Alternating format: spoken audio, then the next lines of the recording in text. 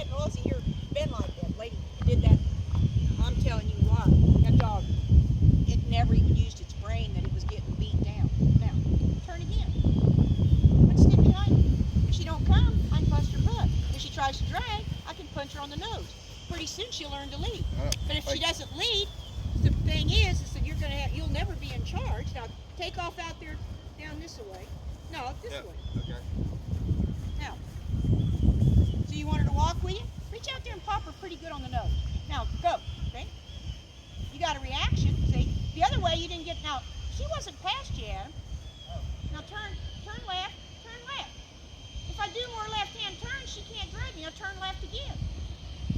Turn left. Don't worry about the dog. Just rip the dog off its feet. Just take your leash and rip her off the feet. Now turn left again. Because she'll have to, in a minute, she'll check in and see what he's doing. Mm-hmm.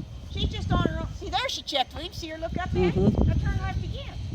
Because she can't run her show if she don't know where the show's going. Turn left. Pivot and turn left again. And when you do it, go like this. Whoa. Whoa. Just give her a yank right back. There, now go. And she'll say, well, you know, I need to catch up here. Now turn again. Again. Okie left. Off. Now. Get to place. Now, you can't. Here, turn. Turn again. Okie, go get into place. Now, take her down over towards that board fence so you can come up around behind those sheep.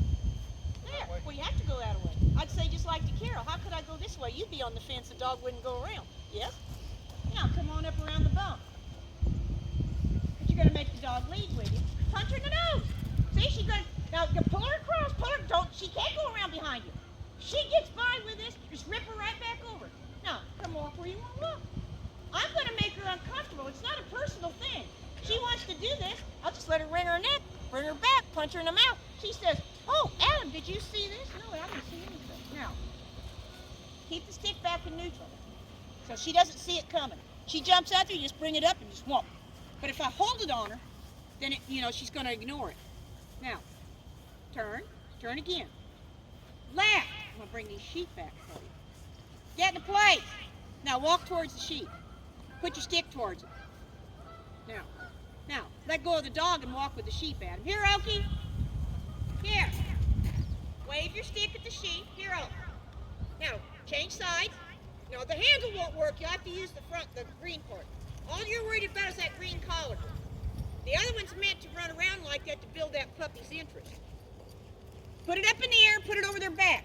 There. Now come right on up. See if she knows that stick had got her. It might. See how it has helped him? Raise it up there. Didn't you tell her a while ago you're going to smack her in the mouth? Raise that right up in front of those sheep and let her, no, you're fighting with the dog. It has to be at the sheep. The dog's not the issue. I just don't want her up there on the front of the sheep. There you go.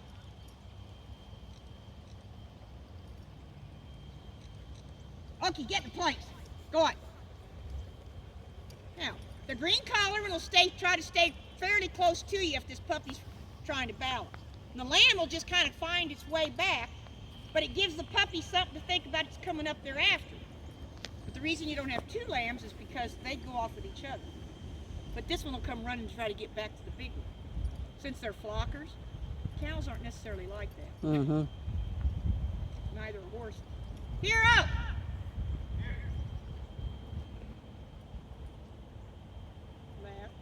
Left.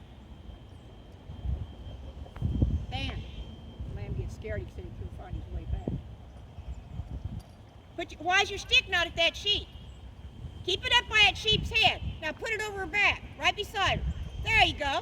Now bring her down to the other lamb.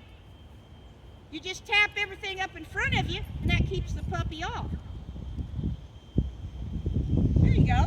Now, big sheep, where are you at, Ad? Got no sheep. You went to the dog. The sheep are going to go to the dog, Adam, so stay with them. See, you got lots of interest with that, lighting up that load. Mm-hmm. Doesn't appear like so much work, like picking up a wheelbarrow of concrete block. Up across. Get on the other side. Now wave the stick. Okay? Now you stay left. See? That puppy started to remember what happened to it with that stick, and it's moving from it, and you can make her balance. Over their back. Right up next to them. There, now turn right.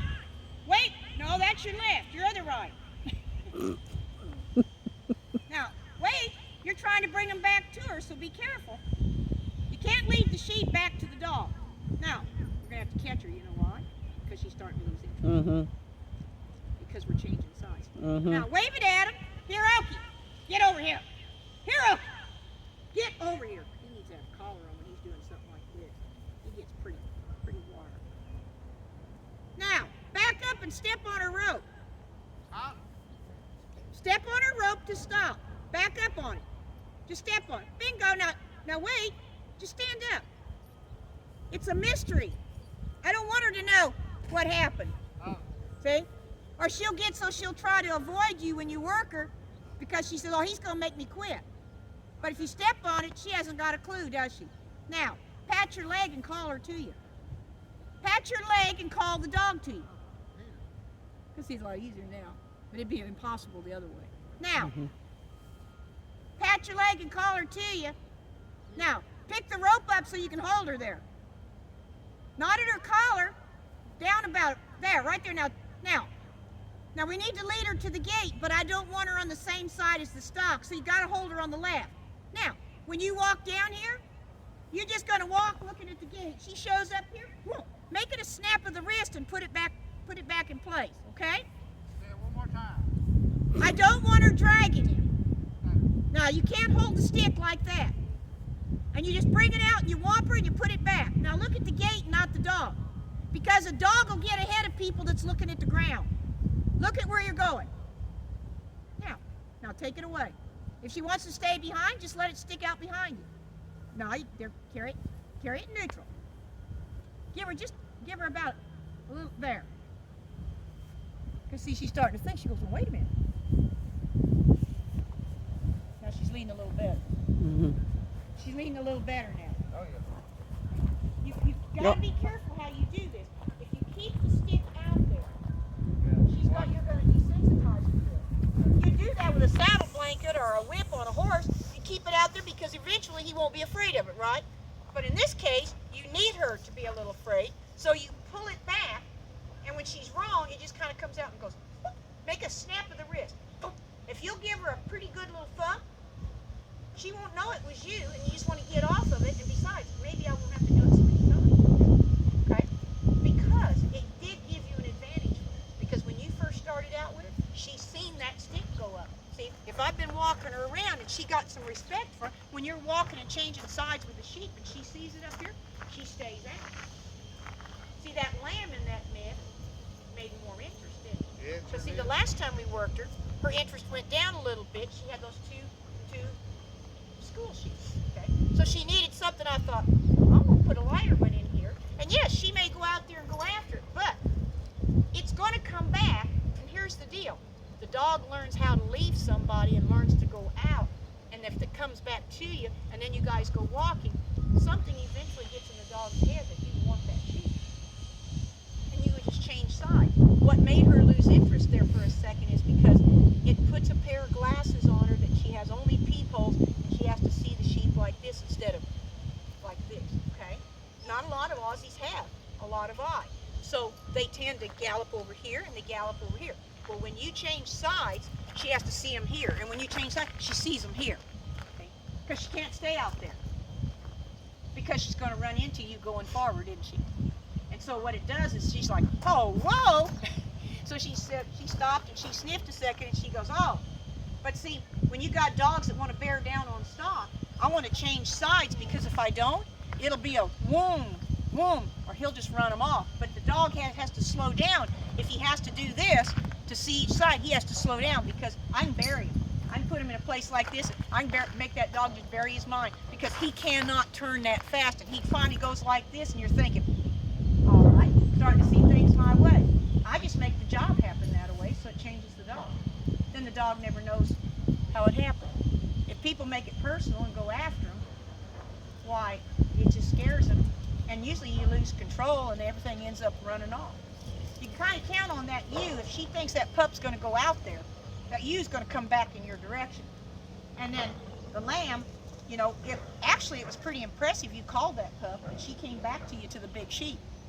And the reason I wanted you to step on the rope is because if you tried to call her while she was in full run, she's never going to hear you. And so what I'd be training her to do is go like this, give you the paw finger, because she'd run. But if I step on it, her brain slows down, and she's kind of standing like this, and it slows her down, and then you can go like this and say, here. She came right over, didn't she? So I'm teaching her she can come without me having hands on, without her knowing. Yes? She walked away, and you said, well, here, call her again. I said, well, that's good. But don't ever grab her by the collar area. Always pick that rope up the back here.